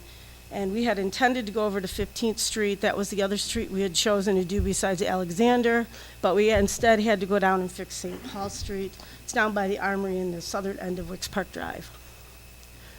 This slide is in there just really to show what we've been doing since 2000. We're going and we're moving and we're paving, but there's a lot of grayscale on this map that really probably needs attention. What do we have planned for 2017? We have 3 large federal projects. The first of which is Williamson Street between Thayer and Traynor. And if you drive Williamson Street and you leave Washington Avenue and as soon as you get to the bad pavement, that's Thayer. We're going to go all the way to Traynor, which is the city limits. It's 1 mile long, and it has a little bit of everything. Between Thayer and Hess, the road is going to be primarily reconstructed. There is some mill and resurface in there with asphalt. And the southern piece between Gallagher and Traynor is going to have concrete pavement repairs. We are utilizing, let me go over here to the funding. We're utilizing $1 million in federal road money on this project. Also has a lot of water main improvements, $700,000 worth, and we have a lot of drainage improvements that we're doing on the street. During construction, the road will be closed to through traffic. The detour route is Sheridan. Gallagher and Hess will remain open as much as possible. When they're doing work within that intersection, obviously it will be closed. Letters have already gone out to all the residents, and we did already have a public meeting last week. This construction project is starting next Monday, and will go all the way through to the end of the summer. Veterans Memorial Parkway is another large project we have where we're utilizing federal road money. It's just under 1 million in length. It's Boulevard. We have two, again, it's a little bit of everything. It's pavement rehabilitation between Wadsworth and McGill, and between Needham and Washington is concrete pavement. We're going to be doing concrete pavement repairs between Wadsworth, or between McGill and Needham. It's a full depth asphalt. We'll be milling 4 inches and replacing 4 inches. We received a transportation economic development Category F grant for the portion between McGill and Needham, and we're milling 4 inches because that's considered a structural fix. The concrete repairs on concrete pavement are considered preventative maintenance, and it's not eligible for this type of state grant. This is actually a state grant that we received. We have the breakdown of the funding there. We're doing one section of water main between between Wadsworth and McGill, and it's in the Boulevard. All new catch basins. Before we do a project, we have our staff and water and sewer maintenance go through and inspect all the catch basins on the project, as well as the manholes, to determine those that are in poor condition, those that would need additional work, if it's a self-drainer, meaning it doesn't have a sump, those kind of improvements, and then we work those into the project. Brockway Street between Passalt, which is the city limits, and Gratiot Avenue is our third project. It's coupled with Jefferson Avenue, 2 blocks of Jefferson Avenue downtown. This is going to be a 3-inch mill and resurface on the asphalt pavement. There's some full depth pavement repairs, and if you drive it, you probably can figure out where those will be. Drainage improvements and ADA sidewalk ramps. We're hoping that construction starts in mid-June. I say we're hoping because it's not bid yet. It's on the MDOT bid letting May 5th, and that mid-start in mid-June is pretty ambitious to get everything through the award project. I don't have a contract yet to come and bring to you, so I already have a feeling that'll hold us up. And the funding on this project is there, again, federal STUL money, Surface Transportation Urban Local money, $280,000, and the rest of it is mainly Act 51, some sewer money for catch basins as well. We're going to maintain traffic on Brockway. I should have said that about Veterans Memorial Parkway. Traffic will also be maintained there. The one that will be closed is Williamson, but we're going to maintain traffic on Brockway mainly because of the 2 schools. Jefferson is bid with Brockway. It'll be one contract, and this is just a mill and resurface and sidewalk repairs.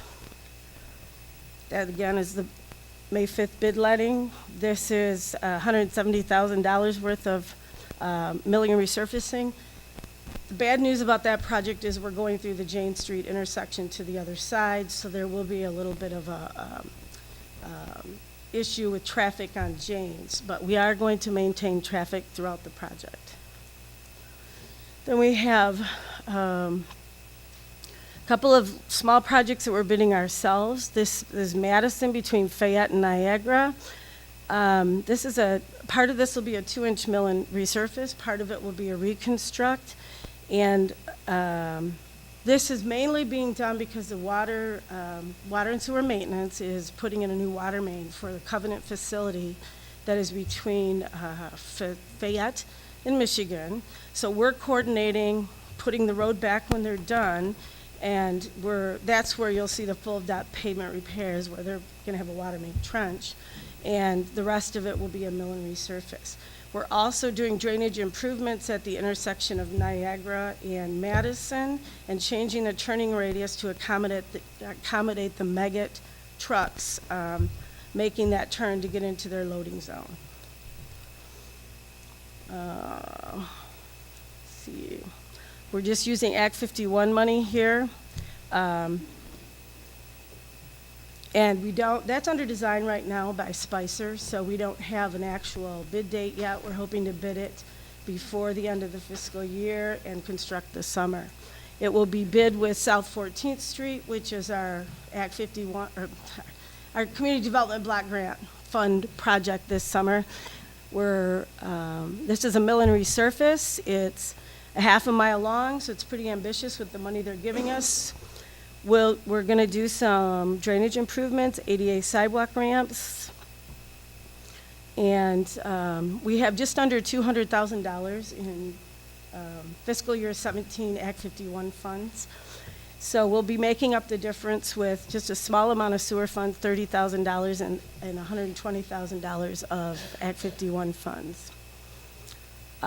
This is a bus route, and we are in conversations with STARS, again, about this is a major street. So we're trying to encourage them to use this street and 17th Street and not use 12th, not use 15th Street. They've got certain blocks that they drive down, and then they turn and go east and west, and then they drive south. So our hope is that if we maybe get a little bit better cross-section on this road, then this is where we're going to encourage them, and hopefully they're going to use this route. This is what our purpose is on doing this particular street.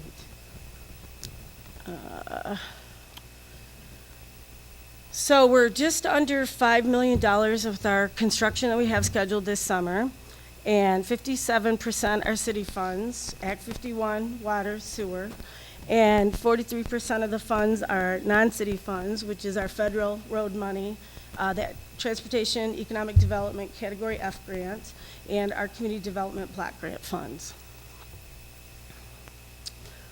This just shows you the breakdown of the non-city funds with the percentages: 79% federal road money and 12% Transportation Economic Development Category F funds and 9% Community Development Block Grant funds. And this is just showing you the breakdown of the city funds. The 51% is Act 51, 33% is water funds, and 16% is sewer funds. And this is just a chart of all the funding and the breakdown of the funding. And where are our city crews going to go this year?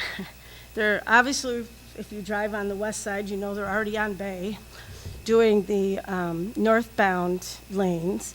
They are going to be back over on Bagley by the high school doing those lanes. South 15th, they are going to try to pave that this year. And we had someone come to council and speak about Roberson. We plan to go over there and make some drainage improvements and some paving improvements there. We're working with the water and sewer shop on Acacia. They've gone over there and they've replaced a lot of water leads. And they're having trouble putting permanent pavement patches in because the road is in such poor shape. So we're trying to work with them to replace the bad pavement next to where they're replacing their water services. In addition to this, we are talking about Davenport, not necessarily the asphalt piece, but the concrete pieces that are closer to Michigan Avenue, Davenport between Michigan and Niagara, having the city crews go in and do some concrete pavement repairs there. And we have talked about trying to overlay it. I don't know if we're going to be able to, but that is something we are talking about. If we could just do that and get 5 more years out of it, we could probably get it on a tip. Our transportation improvement plan, which is where we have to put all of our federal road projects. Question. This is a picture of Mason. I know we're not paving the road in this picture, but this is what we do underground. So. Councilwoman Moore. So next year, Can you put 9th Street on there? Your know street, what? did you say? 9th Street, come on. 9th Street. We got big potholes, you know, and I'm actually digging. I'm actually Is Phil Coward in this room? I'm actually Sure he ditching. is. Oh, I'm sorry, still. Can we Ninth be between what and what? between Johnson, and Tuscola, all up and down 9th Street, from 9th to James. We'll say James. All the way down the road, we got pots. Is that, do you know if it's concrete or asphalt?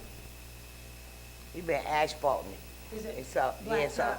right, so we can go with some pothole fixtures. If the school was there, you fix it. Okay, so the school is still there, and we still live there, so, you know, if we can get love. Little love. Asphalt, little love. Okay. Thank you, ma'am. Anybody else? Yes, Councilman Dukes. Councilman. Yes, Beth, what is or isn't the city's involvement on work to come on westbound Holland, or eastbound Holland on West Holland at the railroad crossing just west of the Holland Street Bridge? I know there's some. The railroad crossing Yes. itself? We have requested a hearing before the Attorney General to discuss who's going to fix that crossing. Right now, we have it under design by Spicer. City has The it. city does. Because we've been ordered to fix it. So we are, on Thursday, there's a hearing because we are arguing to,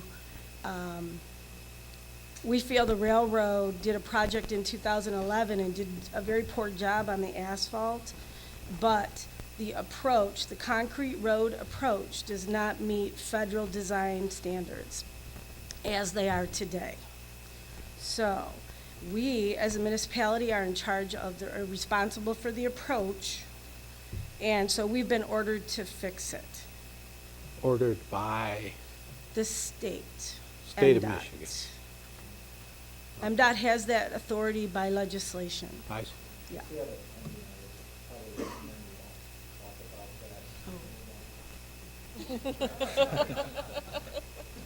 So, I was just curious. I know you told us before, but do you have a rough percentage as far as the breakdown of the funding for the road repairs, such as compared between like general fund, state funding, and federal funding? well, we don't use general funds for the roads. Okay. But we, generally in a typical year, we get about what did I have up there? We get about $1.9 million in federal funds that we split with the road commission in federal, urban, local funds. This year, we have all the funds in 17 because the road commission is doing Davis Road next year, and they requested all the funds. So next year, we will have no federal road money. And last year, we had $867,000. That's what we have in a typical year. It generally goes up 2% every year. So that's what we have for federal money. Act 51 money, this, I think, whoops, I had it right here. The 2018 budget is around $5.5 million in Act 51 money that we get. That money is used to you see it on here where it says Act 51, but it's also used for winter maintenance, the streets crews, tree trimming in the right-of-way, crack filling, pays all of the streets salaries that aren't being paid by the rubbish fund, or street sweeping is paid by sewer funds partially, or those employees are partially paid with sewer funds because they're street sweeping a certain percentage of the time. So, does that give you the dollars? Yeah, yeah. You said 1.9 from the state and a little over 5 from the federal? We get $5.5 million in Act 51 money. Well, that's what we will get in 18. It's going up. It was, in 15, it was 4.5 million. And,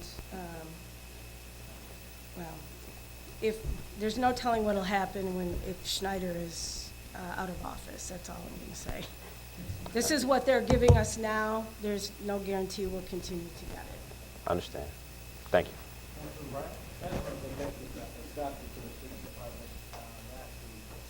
Ran into Beth, and she's always full of great information before I dropped off the capital improvement plan. We've been working on that capital improvement plan for some time, and I submitted mine last week, and that will be coming before council. When will that be coming, Yolanda? Okay. Okay, and those meetings are on YouTube, and then I believe the minutes get forwarded, correct? Okay. Hat goes off, kudos go to the traffic department, because since I've been on council, I can honestly say, everybody, well, the community, if you don't know it, our streets are getting better, and they have limited funds, and for some odd reason, Beth and Phil, they make it happen. They make our roads look a little bit better. No, we don't get brand new roads all the time. We might get patchwork. But my hat really goes off to your department, because I know what you do in all departments. You know, I pay attention to y'all and John Stemple's office a lot. But my hat goes off to all of the departments. Thank you. Well, thank you. Any other questions? Any other questions? Ms. London, thank you. It was very informative, very helpful, not only to us, I think, but hopefully to the public. Those who don't understand the cost of these repairs, who don't understand how hard your department works to make improvements with all the demands for everybody in the city, they want their street repaired. You can only do so much. I guess I'd be curious, looking at these numbers, do you still project that to do a full street or road reconstruction at about $1 million per mile without sewer and water funds, or is it even more? I mean, Yeah, lane mile, you're talking about a lane mile. A lane or mile. a two-lane road. Yes. That's really for 2 lanes. Yes. So, yeah. Still $1 million is approximately accurate still? Yeah. If we're doing. It'd be 500,000 for 1 lane, yeah. Okay. Yeah. Well, I want to be clear about lane miles or miles, because it's, everything we do has to be lane miles, because a 5-lane road, that's not going to hold true. Okay, so. The curbs and the gutters, the handicap accessible ramps, that jumps that cost up substantially, I believe, correct? Yes. If you've only got $5 to $6 million per year, which is what we're talking about, it should give everyone a good idea of how hard it is to do these roads. So I'm impressed at what you do, at what our departments do. I worry that people think that you don't do very much, that you're just out there doing patches here and there and occasionally a couple blocks. This map that you have here, the street improvements from 2016, I think is really impressive, given the amount of money we don't have. So I really want to thank you, and I think on behalf of everybody here. Thank you. Beth, and I think this is a good presentation, and we should probably put a copy of this on the website too, so that citizens can take a look at some of those summaries. I noticed on one of them I wrote down, Beth has there are various levels of reconstruction, and one of them I think was 1/4 mile or 0.26 miles, and it was 700,000. So there's a lot of costs involved here. And the last picture that she showed with the everything that's under the road, that's another reason why they have to plan, because they have to work with Kim Mason to make sure she has the funding to do the water and sewer lines under the road, because it doesn't make a lot of sense to reconstruct an entire road and then not do that and then have a water main break later. So and Phil will tell you that these roads a lot of times you know, if you think about the roads that are out in the country, there's a big difference between our roads and those roads, as Mayor Pro Tem Clark mentioned, the curb and gutter, but also the water main and sewer main that are under the roads a lot of times are not out there. So sometimes you might see more work done out there, but it's probably less expensive. So Phil and Beth, and also I'll mention Simeon Martin, have done a lot of things differently in the past few years, and the way they're working, I think they've been able to do more work with the money that we have available than we've been able to do in the past. So they've been doing a good job. And with that, concludes the management update.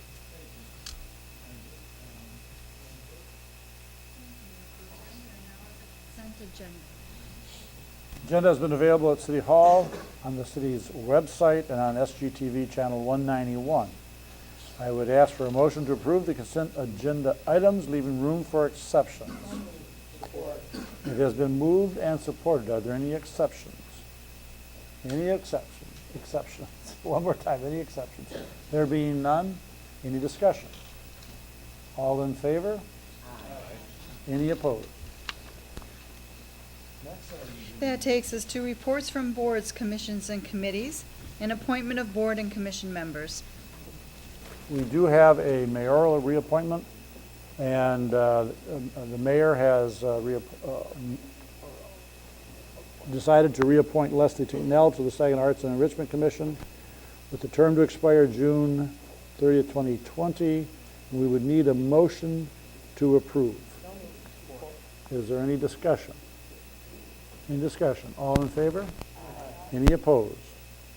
Are there any other reports of city boards and commissions? Any other reports? All right. We have, Madam Clerk, the next item. We are at consideration and passing of ordinances. Our first one is an ordinance to amend the official city map to vacate Essup Street from the east right-of-way of Veterans Memorial Parkway, east approximately 100 feet, to the east line of the Buena Vista Gardens plat. Need motion to approve, to adopt? Moved and supported. Any discussion? Any discussion? All in favor? Aye. Any opposed? Carried. Our next ordinance is to amend the official city map to vacate Galen Street from the east right-of-way of Veterans Memorial Parkway, east approximately 100 feet, to the east line of the Buena Vista Gardens plat. Need a motion. Motion to adopt. So moved and supported. Any discussion? Any discussion? All in favor? Aye. Any opposed? Carried. Our third and final ordinance tonight is to amend the official city map to vacate Meredith Street between the westerly line of Lot 1, Block 37, Emerson's Addition, extended to the northerly line of Block 38, Emerson Addition, east to the section of Meredith Street. Is there a motion to adopt? Is there a second? It's been moved and seconded. Is there any discussion? Any discussion? All in favor? Aye. Any opposed? Next, Madam Clerk. We are now at resolutions. Our first one is to seek fiscal year 2020 local bridge program funds from the Michigan Department of Transportation for preventative maintenance on the Center Street, Court Street, Genesee Avenue, Holland Avenue, Johnson Street, and Norman Street bridges. Anybody? It's been moved. Is there a second? Support. It's been supported. Is there any discussion? Any discussion? Councilman Milne? I was just curious, this is the first time I see a bridge mentioned that's not over the river. Is this, have we sought funds before under this? Is this a generally allowed thing? Yes.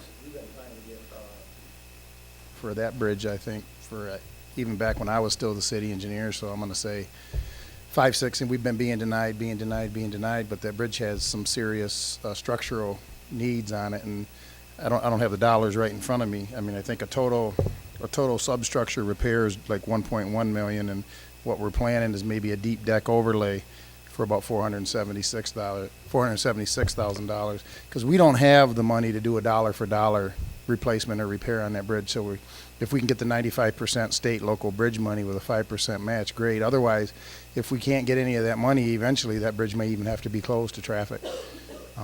Do we have reason to believe from other localities, have they been able to get funding like this? Oh, yeah. No. No, it's just, and I don't remember all the details behind, I mean, there's a very, the process that they follow. Everything's kind of scored versus all the other communities that are applying for the money throughout the state. Traffic volumes, impact to the neighborhood if this bridge is closed. Are there any other bridges within a neighboring area that can absorb the amount of traffic? And so I think we've been scoring based on the dollars needed very low on what the state feels, at least who sits on the bridge committee, for the need for the bridge. So they've been funneling money. I mean, a lot of money towards our river bridges, but the volumes are higher and the criticality for one of them going down is greater in that committee's mind than the Norman Street Bridge. Okay. Thank you. It's been moved and seconded. All in favor? Aye. Any opposed? Carried. Our second resolution, authorizing the request for Michigan Hospitality Management, LLC, doing business as Bourbon and Company, located at 118 East Genesee Avenue, to permit the service of alcoholic beverages on public property. Is there a motion to adopt? Been moved and seconded. Is there any discussion? Any discussion? All in favor? Aye. Any opposed? That was a pretty weak answer. Should we try again? All in favor? Let's try with the third one. It's a resolution authorizing the request for Michigan Hospitality Management, LLC, doing business as Bourbon and Company, located at 118 East Genesee Avenue, for a new outdoor service to be held in conjunction with a 2017 Class C licensed business. Is there a motion to adopt? It's been moved and supported. Is there any discussion? Any discussion? All in favor? Aye. Any opposed? Carried. Madam Clerk. Thank you. That takes us to motions and miscellaneous business. Are there any other motions or business that anyone has to bring before the council? Any other? Last chance. Yes, Councilman Mel. I'm kind of new at this. I'm not sure if it's the right place to address a request to the manager. I would be interested to see the possibilities of closing off access, not vacating or eliminating, but closing access to Kirby Street on the east side of Saginaw. This street is a former alley and in fact does not have a grade level entrance to it. It's like a curb cut like driveways. It appears to have just become a dumping ground. There are no properties on South 5th Street. Used to back up to that alley and it was access for their garages. Those properties are all vacant lots now. I don't think any of the next street over, 9th Street, I don't think accessed Kirby for its access. So if it is possible, it might save us some trash pickup time to just eliminate access to that.